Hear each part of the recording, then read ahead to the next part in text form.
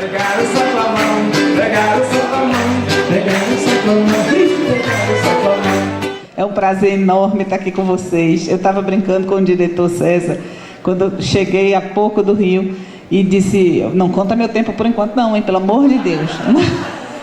Eu disse a ele, gente, eu tenho um defeito, 10 horas eu viro abóbora, eu não consigo ficar. E o pior é que eu dava aula à noite, né, na universidade, então você imagine. Eu digo, desculpa aí minha cara meia cansada assim, mas né, é porque eu viro abóbora 10 horas mesmo. Bom, eu vou pedir ajuda do pessoal para projetar aqui. Eu queria, enquanto arruma ali o projetor, eu queria cumprimentar a professora Érica, portanto, é uma honra partilhar a mesa com você e com a professora Regina. Foi muito bom ficar escutando alguém que, digamos assim, fez uma triagem nos pensamentos, nas publicações desse pessoal e os tópicos que a senhora levantou. Eu fiquei assim muito curiosa em visitar os sites, em ver o que esse povo está escrevendo, porque realmente é perigoso, eu diria, perigoso. Eu queria aproveitar para cumprimentar também o pessoal da comissão organizadora aqui do nosso congresso, o professor Marcos Piscin, que estava aqui na mesa há pouco, o professor Rafael, que também estava aqui na mesa há pouco, a Marisa, está ali sentadinha, representando a Via Campesina, o nosso companheiro José Wilson da CONTAG, diretor da CONTAG, César já cumprimentei, né, César? Nosso diretor de desenvolvimento do INCRA, Raquel Vuelta. Raquel, em seu nome, como coordenadora do Pronera, todos os asseguradores do Pronera e da assistência técnica, tá certo? Se vocês tornaram isso possível, tornaram isso realidade. Me disseram que o Rascunho também está aqui, nosso companheiro do MST, do programa Terra Forte. Então, Rascunho, boa noite. O Movimento de Mulheres Camponesas, todos os colegas professores, né, egressos e alunos que estão aqui reunidos nesse evento. E, claro, as caravanas que vieram de todo o Brasil. Eu estava aqui escutando a professora e vendo mala chegar. Aqui o corredor daqui a pouco só tem mala. Mas eu sei que o tema que vocês tinham me destinado, com essa coisa da pesquisa científica, mas eu resolvi, Raquel, cometer aqui uma insubordinação. Eu sou meio subversiva, assim, gosto de romper com as regras. E aí eu trouxe para vocês, na verdade, uma miscelânea, mas uma miscelânea que vai fazer sentido, eu espero, e que eu vou tratar um pouco do que a professora tratou como, Regina tratou como questão institucional, que tem muito economista falando de custo de transação, das instituições como asseguradores do lucro, né, professora? Então, cultura, pedagogia, que seria exatamente como o Pronera continuar na próxima etapa, e a residência agrária dentro disso, e desenvolvimento, né? Então, eu vou fazer um pouco de mistura de algumas ideias, mas para jogar balão de ensaio, para que depois vocês possam pensar sobre tudo isso. Muitos slides que eu vou projetar aqui, eu não vou ficar lendo, mas eu deixo o material, então depois todo mundo pode ter acesso e ler com mais calma os textos, mas eu queria discutir mesmo as ideias. Então, vamos lá. Sou eu que vou passar, não é isso? Pronto. Quem olhar direitinho para essa foto, não sei se vocês estão conseguindo ver, tem uma menina filmando uma audiência pública que a gente fez lá no Acre, no dia 16 de julho. Você aqui, mas de novo, não tem jeito.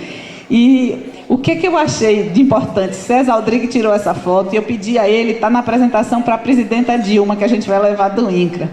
Para mim, essa foto ela é profundamente carregada de significados.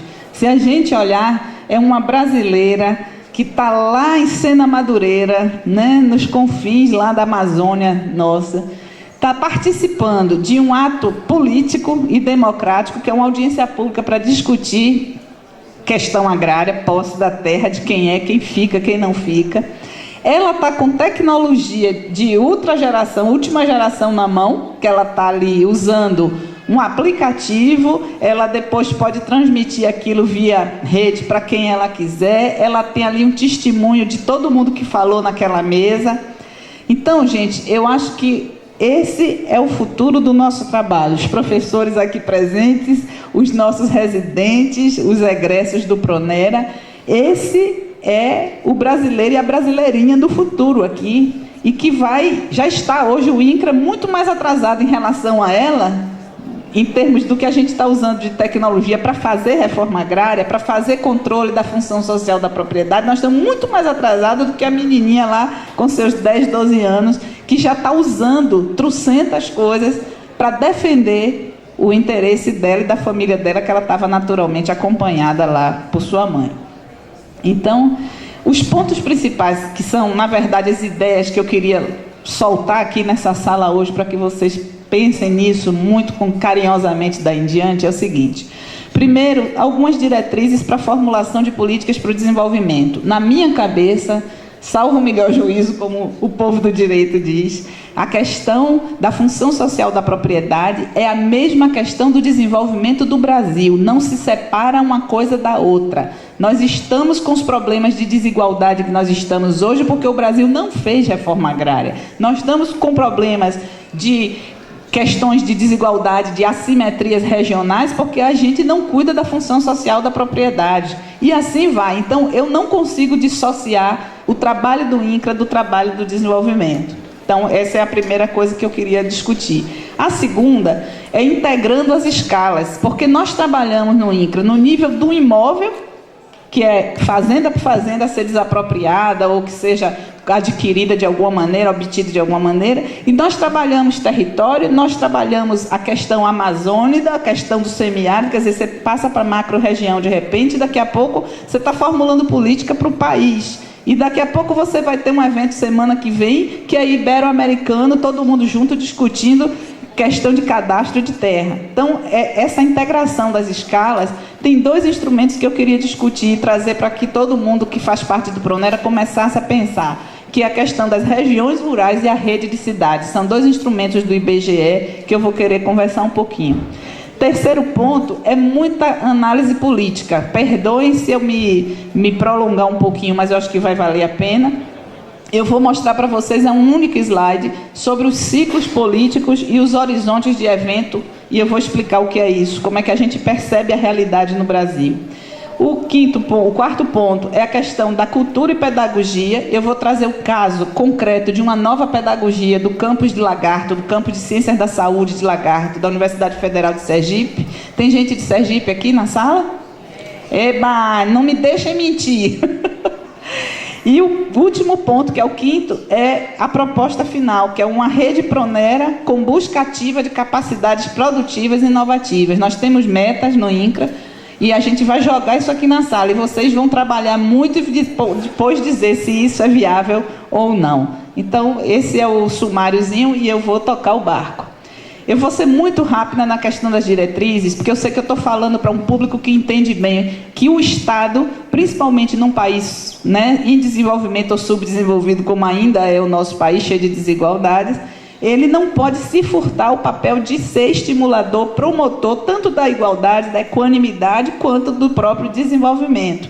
Então, se a gente aceita esse pressuposto de que o Estado não deve ser mínimo, que o Estado tem sim um papel no desenvolvimento do nosso país, na promoção da equanimidade, da função social, que é o nosso caso aqui da propriedade, nós entendemos por que o Estado tem que ter programa e orçamento e dinheiro, não somente para infraestrutura econômica. O PAC, se fizesse o PAC inteiro, no primeiro mandato do presidente Lula, ainda assim nosso problema não estava resolvido, porque o maior investimento que a gente tem que fazer é na formação técnica, científica, política, claro, da sua população. Então, não adianta só gastar em infraestrutura econômica. Isso aqui que nós estamos fazendo, Rede Pronera, residência agrária, a revolução é aqui. Não é construindo só obras de arte, ponte, ferrovia. Bacana, muito bom. É a formação bruta de capital fixo, faz parte.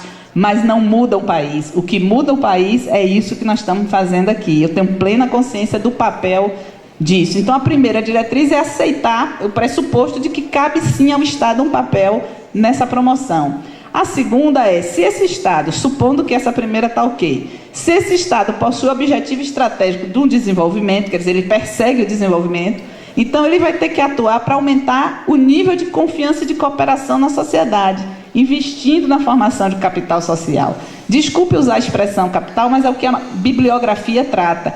Mas o que eu quero dizer é que essa rede Pronera, por exemplo, não tem preço, não tem bolsa de valor que diga quanto que vale a formação de uma rede dessa.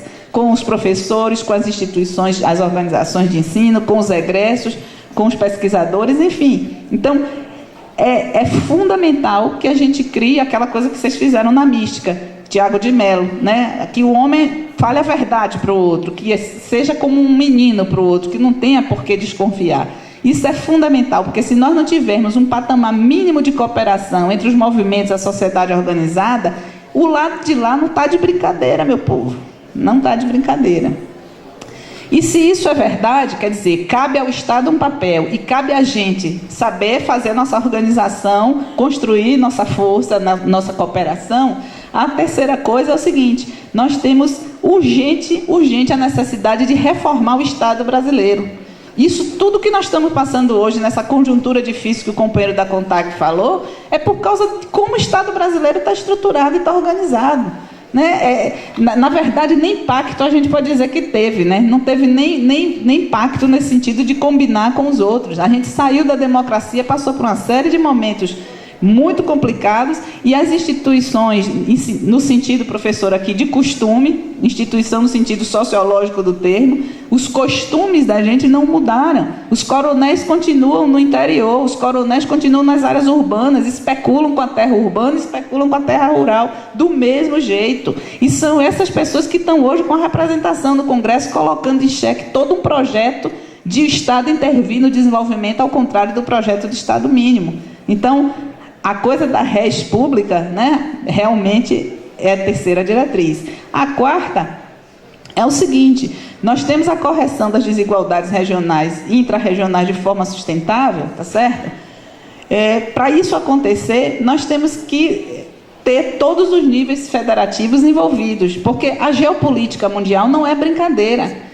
Tudo que está acontecendo hoje também no Brasil, e os limites dados ao modelo de desenvolvimento que se tentou levar nos últimos 12 anos, pelo menos, o que foi dado esse limite? Não foi só questão pragmática de governabilidade, foi a questão da inserção do Brasil no cenário da geopolítica mundial. A gente hoje está bombeando de novo recursos através do sistema financeiro. Parou tudo para bombear o recurso, estão tirando sangue da veia da gente para o sistema financeiro. Tá certo? Quem controla o preço das commodities no mercado internacional? Mesmo essas do agronegócio tão faladas aqui. O agronegócio é servil, vocês me desculpem. O agronegócio não é parâmetro para desenvolvimento do Brasil, ele é servil, ele serve às redes de trade internacional. As Cargill, as Bunge, da vida que estão avançando em Tapajós, por exemplo. Tá certo? Não é que eu tenha problema nenhum, nem com a empresa, nem com a venda e exportação, nada disso. Mas não é modelo para a gente, não é modelo do ponto de vista da sustentabilidade e não é modelo do ponto de vista da inserção na geopolítica mundial, as monoculturas de exportação, as chamadas commodities, tá certo? Então, o que a gente precisa se não é nada disso? A gente precisa de um Estado que enraize o conhecimento e que, através disso, promova o que a gente está falando ali, a democracia direta. Eu acredito nisso que a gente está fazendo. A necessidade de participação popular nas decisões estratégicas é fundamental, e é por isso que o território é importante, porque ninguém participa de decisões num lugar que não existe, participa onde a gente vive, onde a gente está, e onde a gente está é no território, né? Seja ele na cidade, seja no campo, seja os dois juntos, tá certo? E só aí, no território, é que a gente pode acabar com esse que permanece poder oligárquico, que se remodernizou, que usa técnica, que usa essa linguagem que a professora estava falando aqui há pouco, usa linguagens científicas para se legitimar, né? Mas que, na verdade, não passa de uma releitura da oligarquia, boa e velha oligarquia, paulista, mineira, nordestina, escolha, qualquer uma, tá certo? Então, em outras palavras, buscar o desenvolvimento sem maior participação do Estado na economia parece impossível. Mas a intervenção cartorial de um Estado que é vendido às oligarquias também não serve para a gente. Também não é modelo. Então, de que Estado nós estamos falando? De que educação nós estamos falando? De que Brasil nós estamos falando? Aí vem a questão das escalas. É uma provocação, pessoal. Eu sei que vocês têm bastante estrada nesse campo, então tudo que eu falo agora é provocação. Aquelas bolinhas ali, tá mostrando as diferentes escalas. As bolinhas pequenas são os níveis locais, tá certo? É o território, é aquele conjunto lá de onde a gente está atuando, podia ser um antigo território da cidadania, tanto faz. A bolinha intermediária lá está o governo estadual, o nível estado. Depois temos o nível regional e a bolona, o Brasil, o nível federal nacional, tá certo? O que é que acontece com essas escalas? Vamos ver um pouquinho. Segundo a leitura básica do censo, que a gente sempre pega toda vez que tem censo, mais de 85% da população brasileira hoje vive nas áreas urbanas. E quando a Tânia Bacelar, com o pessoal do IICA, fez esse estudo para a MDA, descobriu 27, se eu não me engano, 27 a 26 tipos de ruralidade. E nessas formas de ruralidade, que mistura o urbano e o rural, na verdade, é uma coisa integrada com a outra, estão mais de 37% da população brasileira. Então, a questão do campo ainda está presente na vida das cidades, inclusive. Reforma agrária, reforma urbana, o vínculo, os fluxos entre elas é o mesmo caldo de cultura. A outra coisa da escala. Aqui foi o IBGE, que eu falei de um estudo que eu queria que vocês, ao longo da vida do Pronera daqui para frente, da residência agrária, se debruçassem. O IBGE utilizou a rede de cidades e uma série de outros parâmetros e jogou todas essas informações e construiu, muito parecido com o trabalho da Tânia do ICA, construiu 104 regiões rurais brasileiras. Olha que coisa! Definidas pelo fluxo de poder, inclusive, poder de mídia, poder de decisão de centros de empresa, matriz filial. Muito interessante esse estudo. Então, de qualquer maneira, nós chegamos com caminhos e métodos diferentes à mesma conclusão, ou seja, a questão dessas regiões rurais, como é que a gente queira chamar, né, as novas formas de ruralidade, ela é uma realidade. Aqui é a estrutura das grandes cidades brasileiras e sua área de influência, coloridinho assim, para mostrar o poder de cada metrópole sobre o território. Como é que a gente lê a rede de cidade? Ali você tem um nó, né, que é o centro, para onde convergem todos os fluxos de um território. E eles têm no IBGE vários fluxos. Fluxos do ponto de vista de mercadoria, de gente que vai estudar, de gente que vai trabalhar, matriz filial, publicação de mídia, onde você tem jornal, onde você tem emissoras, tudo isso eles mapearam e é muito interessante. Esse aqui mostra as metrópoles. Mas esse aqui, para dar um exemplo concreto e todo mundo entender o que eu falo, é um mapa que mostra o fluxo de serviços de saúde. Ali, cada linha daquela, e quanto mais distante a linha, é porque a pessoa saiu de longe para ser atendida mesmo, tá certo? E onde não tem linha é o vazio, é porque nem a perspectiva de deslocamento tem, tá certo? Então é para ler o mapa assim mesmo, onde tem linha, deslocamento, fluxo. Onde é o centro é onde o serviço foi prestado. E vejam só, isso aqui é um mapa de 2007, tá certo? Eles fizeram essa hierarquia em 2007. Eu vou pegar um outro aqui. Eu sei que com mais médicos esses fluxos devem ter melhorado um pouquinho. Mas esse aqui é do SUS, tá certo? Eles pegaram entre 2008 e 2011 as mulheres que morreram na hora do parto, porque estavam em deslocamento. A mulher tinha que se deslocar para parir. E aí 42% dos óbitos maternos acontecem por causa disso. Quer dizer, ela não teve atendimento para o parto onde ela vivia, digamos. Então, é o único objetivo do milênio que nós não vamos cumprir. Nós tiramos o Brasil do mapa da fome, nós resolvemos uma política pública de AIDS, a gente fez uma opção de coisa bacana, mas a gente não vai cumprir o objetivo do milênio das mortes maternas. Aqui já foi o INCRA fazendo esse exercício. A gente disse, INCRA, vamos desafiar, usa o método dos fluxos da rede de cidades e olha aí no mapa nossos assentamentos em relação às cidades próximas. Vamos ver nossos assentados, quanto eles andam para ser atendidos no hospital mais próximo. Aí é o Pará, vocês estão vendo o Pará? E olha que coisa que acontece. Aquele monte de pontinho vermelho, quem está longe não está vendo, mas o material vai ficar aí, é porque nem como deslocar tem. E a gente classificou o assentamento pelas horas que a pessoa leva para sair do assentamento e chegar no hospital mais próximo. O que é ótimo é 4 horas. Tem gente que leva mais de 12. Acima de 12 a gente não pôs mais no mapa. São os pontinhos vermelhos que a gente desistiu. E quando chove, nem assim, aí é que não vai mesmo.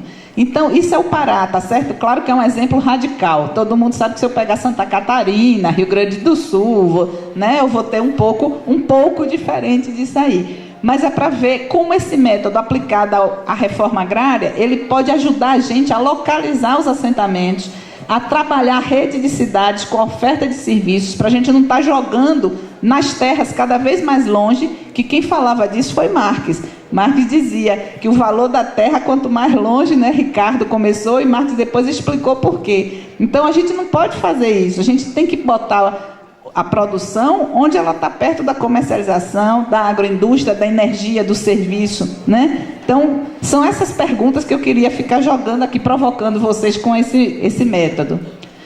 Então, a função planejamento, que como todo mundo, né, deve imaginar, vira um vício quando a gente começa, e planejamento participativo, que é que nós acreditamos, né, tem uma porção de perguntas que saem disso aí, do mapa desse. Como é que eu vou articular a escala federal, a regional e a local?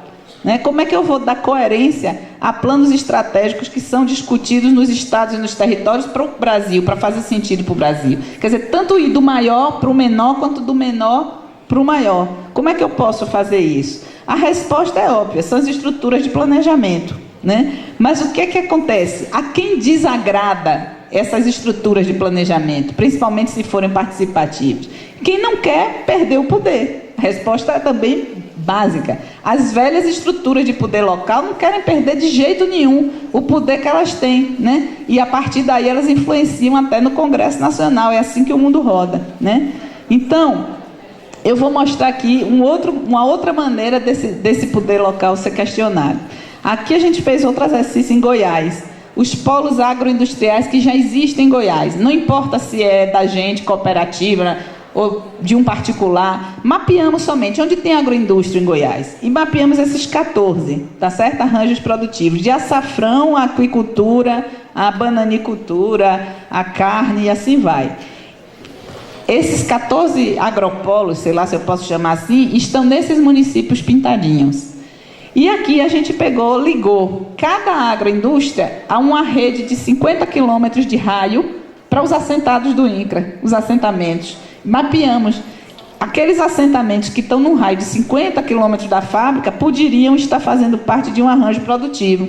E isso nunca foi planejado assim. Vocês estão entendendo? O INCRA trabalhava imóvel por imóvel, nunca olhou o território, nunca olhou os arranjos. Então, esses exercícios é que põem em xeque o poder local. Porque aí você vai tirando o foco da briga. Aqui são fotos só para mostrar o açafrão, como eles se organizaram. Aqui tem até com a presidenta Dilma aqui no trator, lá no arroz orgânico, e assim vai. 10 minutos, eu vou tentar voar. Então, esse é o conceito principal que eu queria chegar, que é o conceito político do trabalho da gente lá no INCRA, e que nós não podemos no Proner esquecer isso de jeito nenhum. 4 ciclos, em níveis diferentes. O primeiro, o ciclo eleitoral. De 2 em 2 anos, o brasileiro sabe que tem eleição. Desde, pelo menos, que redemocratizou o país, a gente sabe que tem esse ciclo. E esse ciclo a gente enxerga. É a campanha, são os partidos, as coalizões. É um ciclo que a gente chama horizonte de evento, é aquela coisa do buraco negro. Todo mundo em física sabe o conceito de buraco negro. É um negócio que tem gravidade tão forte que nem a luz sai de lá.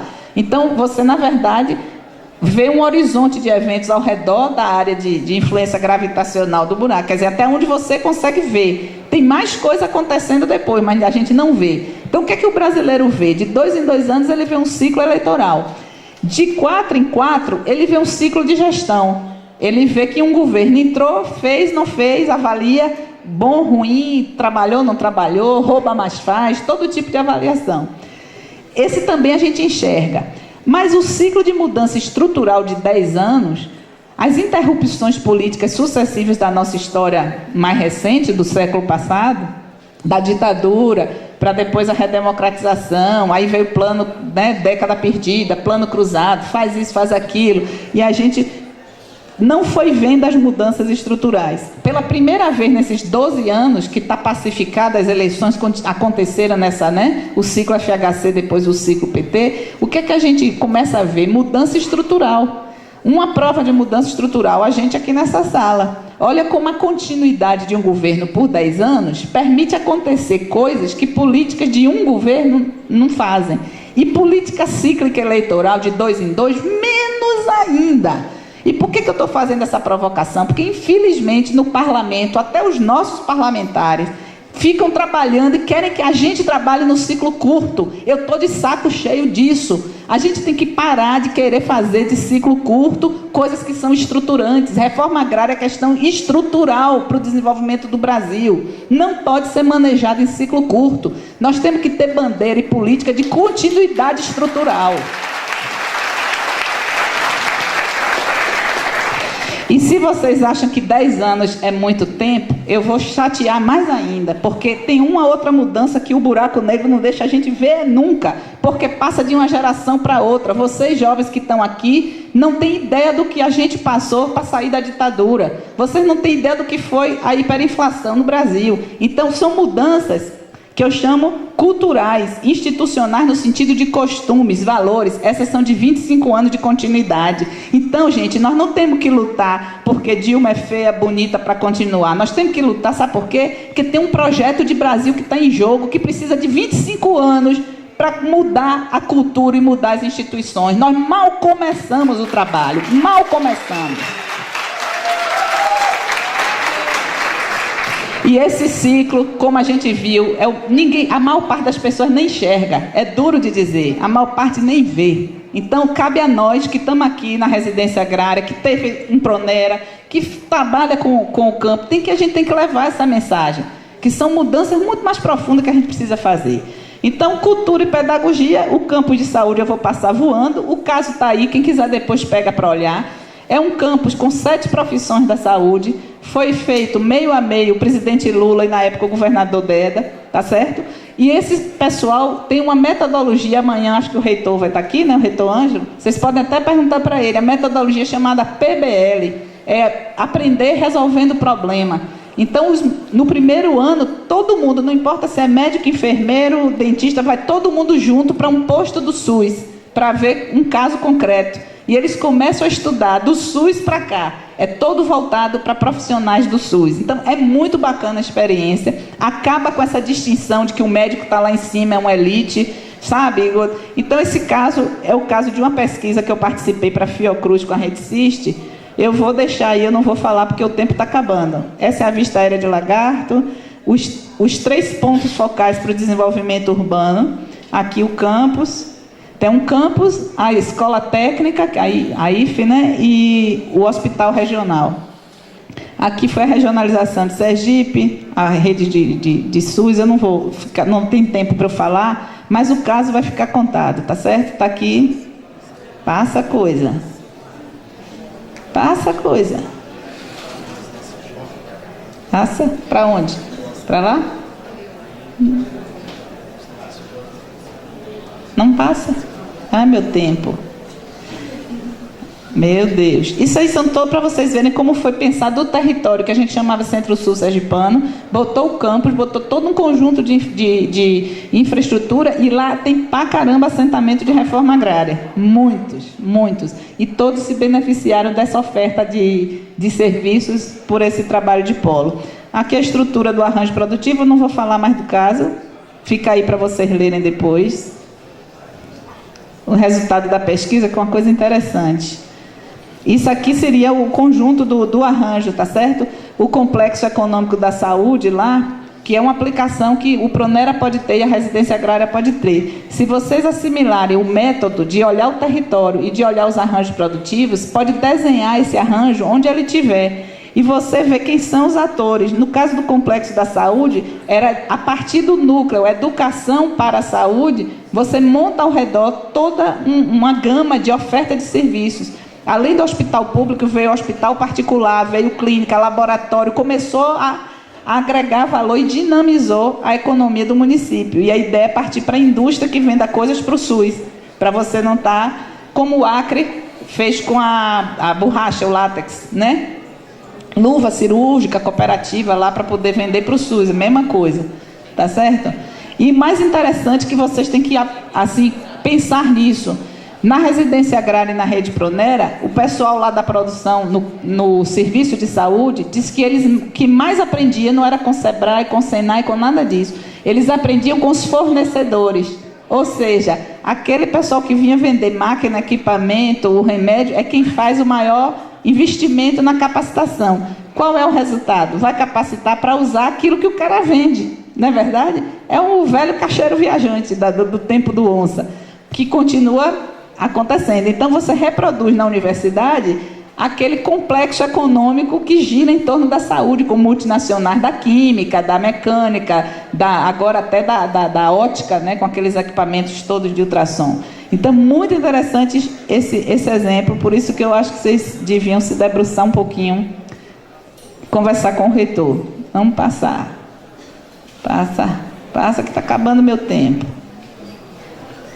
E outra coisa que também apareceu nas entrevistas, muito engraçado, que todos os atores entrevistados, aluno, professor, prefeito e usuário do SUS, o uso patrimonialista do Estado. O povo identifica e se sente impotente. O que é que eu faço para mudar isso? Não sei. Aí vem a crença na confiabilidade das instituições e lá vai. Então, para fechar, conclusão, a Rede Pronera, que você já conhece esse mapa que eu vi exposto aí publicado, essa é a nossa Rede Pronera, os dados, 376 cursos, 1.955 municípios, 93 instituições de ensino, 13.276 educadores, 182.958 alunos formados entre 98 e 2014, e aí está separado por ensino médio, superior, especialização e o residência agrária ali. Já com 1.000 e eu não consigo ler. Todo mundo sabe, 1.500. Aqui a gente projetando o futuro, a rede atual e a rede projetada. A gente quer que cresça onde estão os amarelinhos. O azulzinho é o que a gente já tem. E o amarelinho é onde que a gente quer que cresça, né? Então está aí regionalmente o que está sendo pensado pelo INCRA. Aqui é só para animar a turma. Aqui são os recursos da assistência técnica que tem crescido continuamente. O que a gente precisa, Raquel, é casar a residência agrária com assistência técnica no conceito. Eu não sei se vocês já ouviram falar de serviço civil. Quem já ouviu falar de serviço civil? Não tem serviço militar? Serviço militar você tem que se dirigir ao tiro de guerra, como a gente diz, né? Ao distrito militar onde você mora. O serviço civil é a mesma coisa, você tem que prestar onde você mora, mas você presta, o nome já diz, civilmente. Eu sou estudante de direito, eu posso ajudar na defesa de causas, por exemplo, públicas ou cooperativas, ou eu sou de enfermagem, eu posso prestar serviço lá onde mais precisa, e assim vai. Parece um pouco com o projeto Rondon, né? Só que você vira funcionário público mesmo. A ideia do serviço civil é igual ao do serviço militar. Serviço militar você pode ficar 2 anos como funcionário público. Então a ideia é que professores e alunos, orientando e outros prestando, o serviço civil resolva muitos problemas, como o Mais Médico tem mostrado que vale a pena mandar o povo para o interior, né? Então por que a gente já tem uma rede maravilhosa de universidade? Por que a gente não... Pronto. Por que a gente não põe a juventude para cuidar da terra que é dela? Simples assim. Ou cuidar da prefeitura que é dela. Aprender gestão pública. Então, pessoal, esse é o novo modelo que a gente está trazendo de reforma agrária. Que eu quero que a Rede Pronera e a residência espanque isso. Aliás, pediram para eu não falar espancar. Pediram para eu falar amassar o barro. Então, vamos amassar o barro até ele tomar forma. Que é o quê? Se vocês olharem, aqui do lado tem 2 colunas. Simultaneidade e territorialidade. Essas políticas todas existem, mas nunca convergiram no tempo e às vezes no espaço. Então o acesso à terra é o miolo, porque é onde tudo começa e tudo acaba. Junto com ele vem conhecimento, fomento, cooperativismo e agroindústria, que é o pedido da nossa presidenta Dilma, com, claro, agroecologia, né? Aqui também a outra maneira de mostrar esse modelo, os resultados, né, na agroecologia, soberania e segurança alimentar, hídrica, ambiental, energética, alimentação saudável, biotecnologia, inclusive para a rede SUS, não tem problema, né? E a comercialização garantida.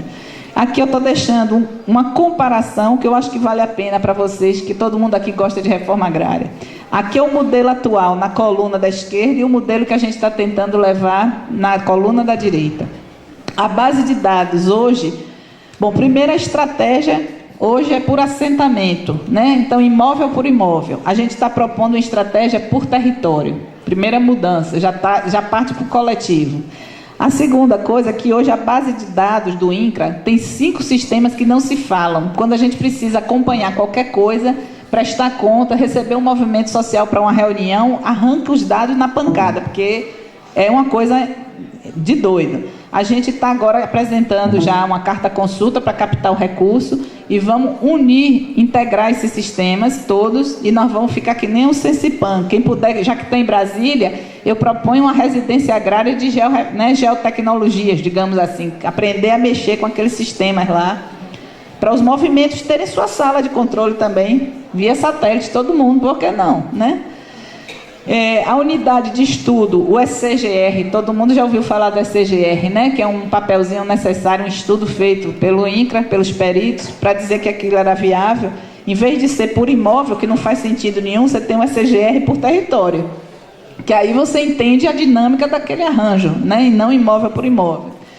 Os parâmetros de planejamento, hoje, eles são baseados no tamanho, né, da terra, a questão mesmo do tamanho do quadro fundiário por grandes regiões. A gente aí passaria a ter um foco mais sintonia fina, que são aquelas regiões rurais, tá certo? Mais próximo da realidade, porque às vezes dentro de um mesmo estado você tem várias maneiras de produzir, de organizar a questão fundiária. Então, se você não tiver sensibilidade, diz assim, esse assentamento aqui não vai acontecer, porque ele é inviável, né, pelo mesmo motivo. Passou? Não passou. Tá de greve aí.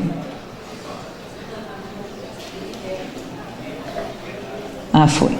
Agora vai ver que vai passar de vez.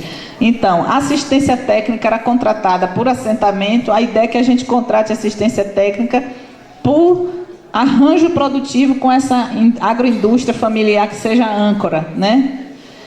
Aí não disse que agora passou demais. Ele tem um gapzinho.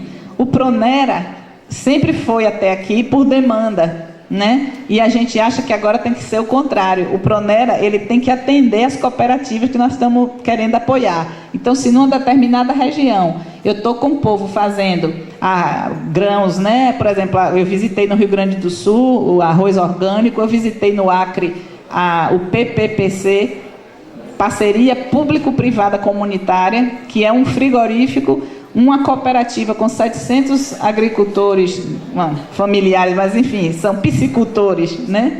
Que vendem e são, não modelo da Sadia, eles são donos da agroindústria também. O PPPC é isso, porque o Estado entra, um empresário privado, no caso do peixe, entrou, e a cooperativa entrou também. E aí você tem uma mega indústria de ração, de alevino, de tudo, completamente integrada à cadeia produtiva. Muito interessante. É outro modelo. Mas aí o que acontece? Você tem que ofertar os cursos para esse tipo de produção, né? Agora, me entendam, precisa, pelo amor de Deus, não parar de formar advogado, né, forma pedagogo, tudo que são as profissões que a gente precisa em geral. A gente precisa de gestor público, podia ter curso de gestão pública para o pessoal aprender a administrar as prefeituras, né, localmente. Tem tanta coisa para fazer. Agora, no mundo da produção, a gente vai precisar de quem aprenda a gerir cooperativa, a gerir a fábrica, né, e, claro, a produção em si, propriamente dita. Eu já estou acabando. O crédito e habitação não tem sintonia. Muitas vezes a gente recebe o povo para dizer que uma coisa não vem com a outra. A gente está querendo que na hora que faça o cadastro da família, já faça para tudo, inclusive para os bancos. E o Terra Forte simplificado e novas fontes de arrecadação. Aqui é onde está nosso público hoje, 57% no Nordeste. Então, ainda vamos ter que trabalhar muito semiárido. Aqui é onde estão as superintendências e as unidades avançadas do INCRA, mas aqui são as cidades com mais de 200 mil habitantes, onde atende, né, que está na área de influência dos nossos assentamentos, usando a metodologia da rede de cidades. Então, as superintendências deveriam estar nessas cidades aí, e não nas capitais. Desculpa aí, mas deputados à parte, deixando os deputados à parte, a história do território está mostrando onde a gente precisa estar, né? Se a gente quiser uma cidade com mais de 100 mil habitantes, melhor ainda, você vê que distribui melhor. Mas mesmo assim tem muitos vazios no mapa. E quando a gente bota as cidades com 50, aí você já pinta o mapa bem melhor, né? Então, é isso que a gente tem que começar a perguntar nessa reestruturação do INCRA. Será que a gente está localizada onde devia? Será que a gente está trabalhando da forma que precisava? Então, são perguntas que vocês podem ajudar muito a gente a responder. A imagem aqui está horrorosa, mas serve para mostrar uma coisa que eu gosto muito. Antes de Lula e depois de Lula. Isso é a rede das escolas técnicas, das IFES, né? Das universidades públicas. Olha como o mapa foi se pintando, se multiplicando. Então, para mim, eu só vou ficar assim, feliz no dia que olhar a rede Pronera é essa mesma rede, a rede pública de ensino, né, superior e tecnológico no Brasil. E aí nós falamos de tecnologia de novo, né? Então, quem tiver nos cursos de agronomia, por favor, veterinária, engenharia ambiental, florestal, começa a cobrar tecnologias de GIS, né? De georreferenciamento, tá certo? Porque isso aqui é o dronezinho, daqui a pouco o perito do INCRA a gente está comprando 3. Daqui a pouco nós vamos ter sala igual do Sensipan. E dá para contar o boi no pasto. Quando quiser dizer que a terra é produtiva ou improdutiva, até o gato. Não, um boi é grande, vamos contar os gatos. Dá para contar gato, é 5 centímetros de erro. Tá certo? E eu falei isso, eu desafiei o povo dos movimentos. Eu digo, já pensou CONTAG, MST, todo mundo com uma sala igualzinha? Todo mundo, eu quero ver essa propriedade. Todo mundo entra e olha. Não tem problema, está na rede. Estão entendendo como é que funciona o negócio? Então, vamos atualizar os currículos da gente com isso também. Aqui é mais... E aqui para acabar, essa é a última, eu juro. Pessoal, isso aqui não é promessa, isso aqui é debate, tá bom? Isso... O ministro Patrus está debatendo com a equipe dele. Espero que vocês aqui tenham a oportunidade de ajudar a gente também trazendo as contribuições. Nós estamos planejando, até o final de 2018, assentar as 120 mil famílias. Na verdade, a gente atualizou o cadastro, 129 mil famílias. Pegaram só tua mão, pegaram só tua mão, pegaram só tua mão, pegaram só tua mão, pegaram só tua mão, pegaram só tua mão, pegaram só tua mão.